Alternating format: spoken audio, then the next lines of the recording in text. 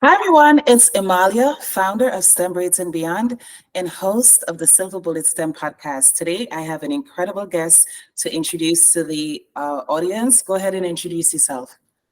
Hi, my name is Jennifer Todd, and I'm the president of LMS General Contractors and also the founder of A Greener Tomorrow, which is a nonprofit geared toward providing skilled trade opportunities and awareness to underserved people. Oh, beautiful. So do you mind sharing how anyone can get in touch with you and what your S.T.E.M background is? Yeah, if you'd love to get in touch with me, of course, I love LinkedIn. That is my favorite platform. So Jennifer Todd, MLS. Or you can also contact me on Instagram, which is Construction Law Gal, GAL. Oh, nice. And what is your S.T.E.M background? My STEM background is in engineering, so civil engineering. Okay, so what does a civil engineer do? Because a lot of people may not realize there are different avenues of engineering. So tell us a little bit about that. Yeah, so goal of a civil engineer is basically to improve the lives of the community. We are here to ensure the safety, whether it's infrastructure, bridges, roads, schools, transit, anything that you use on a day-to-day basis, parks. We are here to make sure that they are built for efficiency and safety and security. Okay, so here's a little bit more of a trick question. What is the difference between an architect and a civil engineer? Okay. Well, an architect, they kind of do the design. Engineers do more of the implementation on the ground. So that's pretty much the difference. I love it. Was civil engineering your dream job as a child? No, engineering was not a dream job at all. For me, I thought that I was going to be a psychologist. It was kind of ingrained in my mind since I was a kid. And what happened was I was in my junior year at Georgia State, struggling to get through statistics, and that kind of halted my career. Mm. And it wasn't until I graduated and realized that I wasn't going to be able to fulfill my dreams of being a psychologist without passing statistics that I needed a job. And I started in construction as a receptionist and found my way into engineering some years later. So did you end up going back for a second degree in engineering, or how did that transition from psychology to engineering work? Yeah, and so that's a great question because for a lot of people, they presume the only way to enter the engineering field is through school. And Mhm. while that is true to a degree, the route that I took was through as a contractor. When I started my own business, I began to understand the engineering fundamentals because we do demolition and disaster recovery. And with that, I realized that we were doing engineering. And Wow. so it's about learning exactly what an engineer does that I was able to obtain my engineering license through the state of California. And I Oh, became the youngest Black woman in California to acquire a general engineering A license some years ago. you better go ahead, girl. And so it's a test that you take? Yeah, it is a contracting exam to become a licensed general engineer, an A license. It's actually the hardest exam, contractor exam in the state of California. And so much so because 30% of the exam is math. And it actually requires you to have a understanding, not from a textbook standpoint, but an on the job training, hands-on experience in order to pass that exam. So is that exam available nationwide, or is it exclusive to is it California, you said? Yeah, it's exclusive to California. Every state has their own contracting and engineering requirements. Just for the state of California, they have the general engineering A license, and also you can also take the traditional path of going to school for engineering and becoming a licensed engineer as well. Yeah, the reason I ask is because some kids may have a great technical ability for the skill of engineering and may not feel like comfortable in a classroom. Because we, as people of color, we know what that's that's like. Oh, I went to college in my 30s, and listen, I'm so lucky I had work experience under my belt because I can imagine my 18-year-old self having to go through that. So I'm trying to figure out if somebody were in Baltimore or in the DMV, what alternative options there may be, because they might have the knack for it, but just not the academic aptitude. Yeah, well, that's good. A good question because it's going to vary state to state, and I too can relate. Being a student struggling, I thought that math was not for me. I was one of those people like, when am I ever going to use this information? This is not relevant.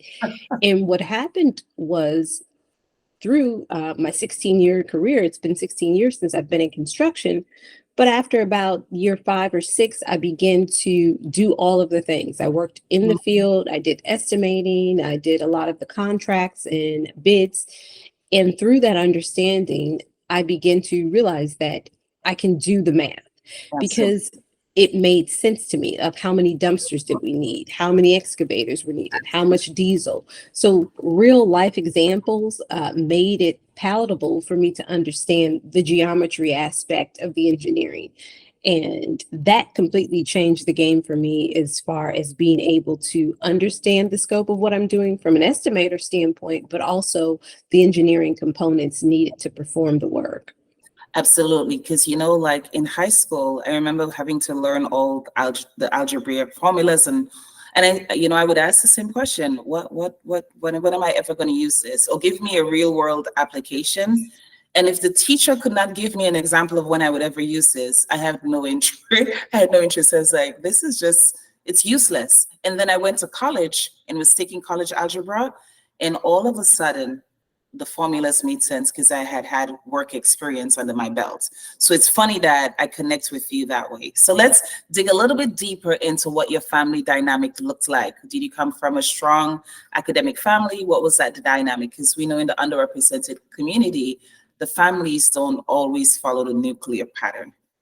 Yeah, my family, I can say that almost every person in my family has been to college, but the unique part about that is that my grandmother, who was very, very, very strong about education, I Mhm. think when I was in middle school, I realized that she had not graduated from high school. And so she woke up, and I guess you could say she was having a midlife crisis. She woke up and decided that she was not only going to go graduate and get her GED, that she was going to go and enroll into Paul University, which she did Wow. within a span of like 2 years. And so I actually helped her with her GED work because I was at an academic school. And so all of the stuff that she was doing, I was familiar with. But it was her who made sure that everyone in my family went to college because she did not. And she wanted to make sure that she fulfilled it. And she ended up fulfilling her own dream of graduating and becoming a teacher. But I say all that to say, I wish that I had known more about the other opportunities available. Yes, college is important and it is essential for some careers, like specifically if you're doing civil engineering, architecture, those things like that.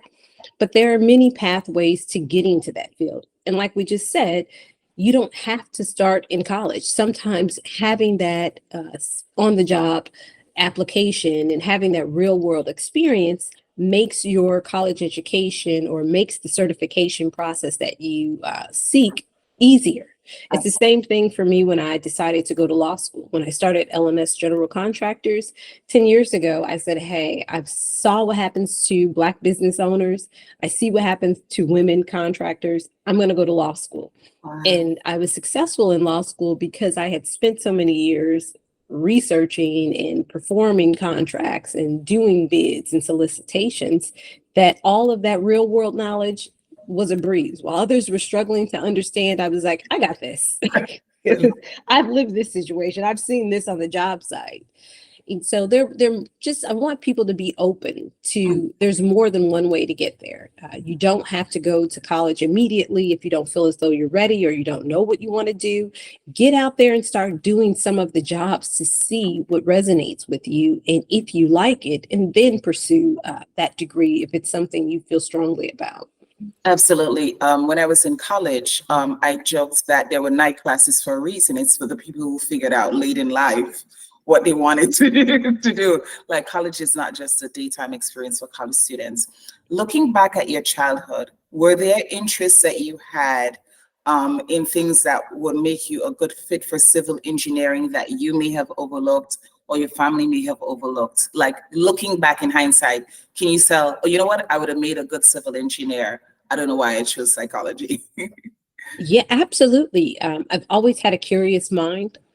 And that's part of curiosity, is something that any engineer can relate to, because you are there to fix things or to create resiliency, adaptability.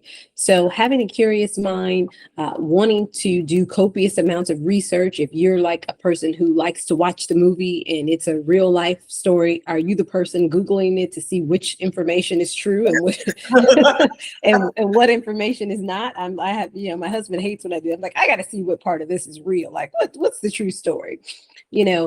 Do you like being outdoors? Do you like to travel? Do you like to solve problems? Do you care about society and what happens to the next generation when it comes to climate control and solar and the water that we drink today?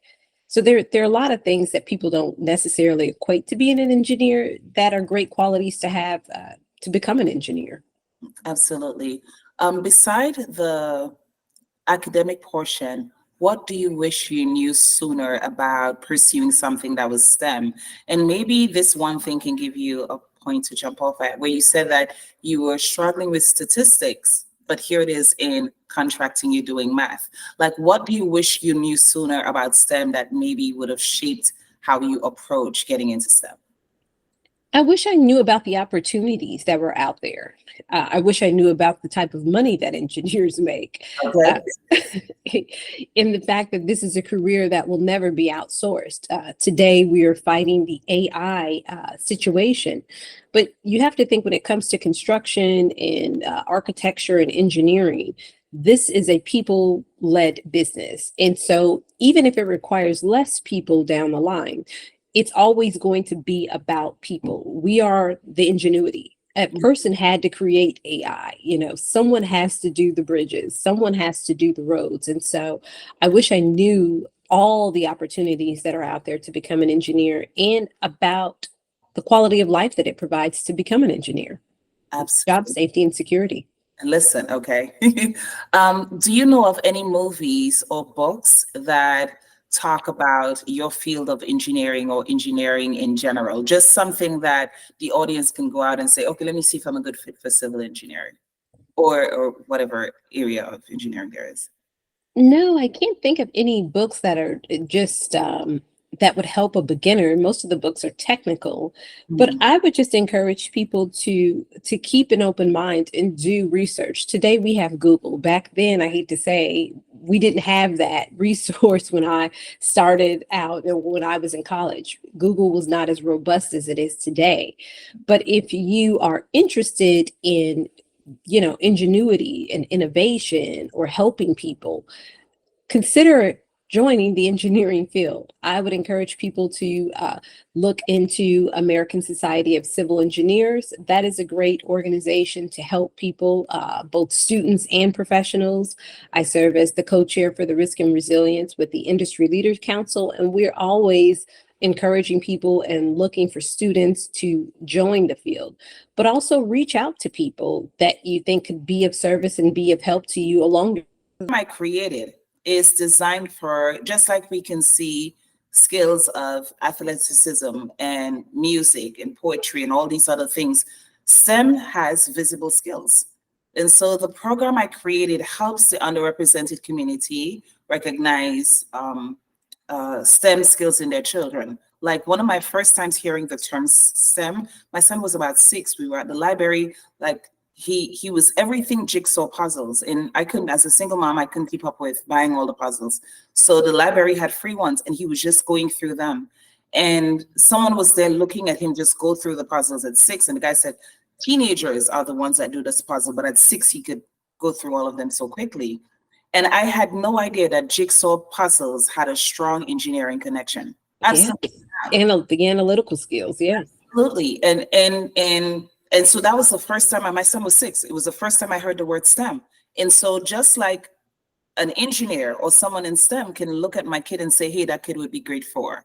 Yeah. So I might look at my daughter and say, oh, she'll be grade 4. I teach the skills that allows parents, teachers, and children to say, you know what I am doing is STEM.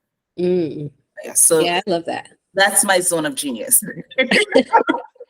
If I, the I book, don't want to take you out your zone. I thought I'd just plant the seed and just see. yeah, if a book comes, it will be divine.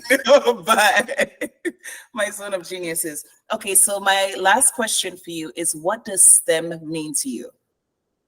STEM means to me creation, innovation, ingenuity, and always just a forward thinking. I think Mm, it's a great avenue for people who have those analytical skills, who love the jigsaw puzzles and figuring it out, and for people who really want to make an impact in their communities, but domestically as well as globally. yeah. Engineers, they are the lifeblood of construction, I believe, because we have the ability and the power to kind of change the way that things are, to really address the things that are breaking down, but also to create the things that we see and we want to see in the future. Absolutely, absolutely. And one of the things that I feel like was a thread throughout the interview, you said curiosity is a big deal. And so sometimes in the Black community, we see curiosity as mischievous, but it's actually a STEM skill. Yes, yeah. Yeah, if you have ADHD, if your kid is autistic, those are great, great at engineering is a great field for them because they're thinkers and Yeah. they're not so reactionary. And sometimes introverts also, make the best people because they are putting a lot of thought into what they're doing. They're compassionate, they're empathetic. So not just the hard skills, but the soft skills matter too. And using what you may think is a deficiency. I too suffer from ADHD. And so turning that, deficiency into a superpower that can really help propel your career as well. I love what you said because when I was told at the school that my son had ADHD, I was like, what? I didn't know what it was because in Trinidad and Tobago we don't have ADHD. And when they explained, I said, there's no way. He sits for 7 to 8 hours and plays jigsaw.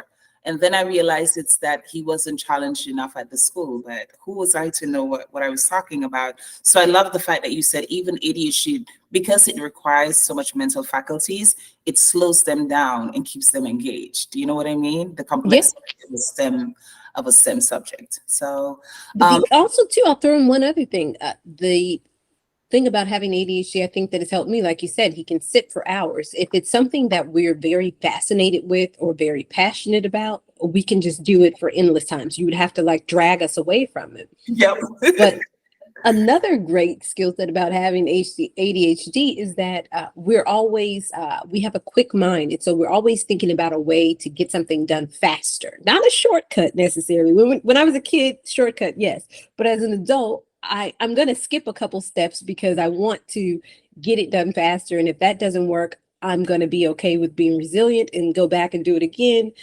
So I think that's great because with all of the things that we're seeing, the natural disasters and wildfires and things like that, we need quick answers and we need to get out there and try to figure out how to resolve some of these things. So if you have a quick mind and the skill set to think quickly, I think that is a benefit to you and utilize it in the engineering field, definitely.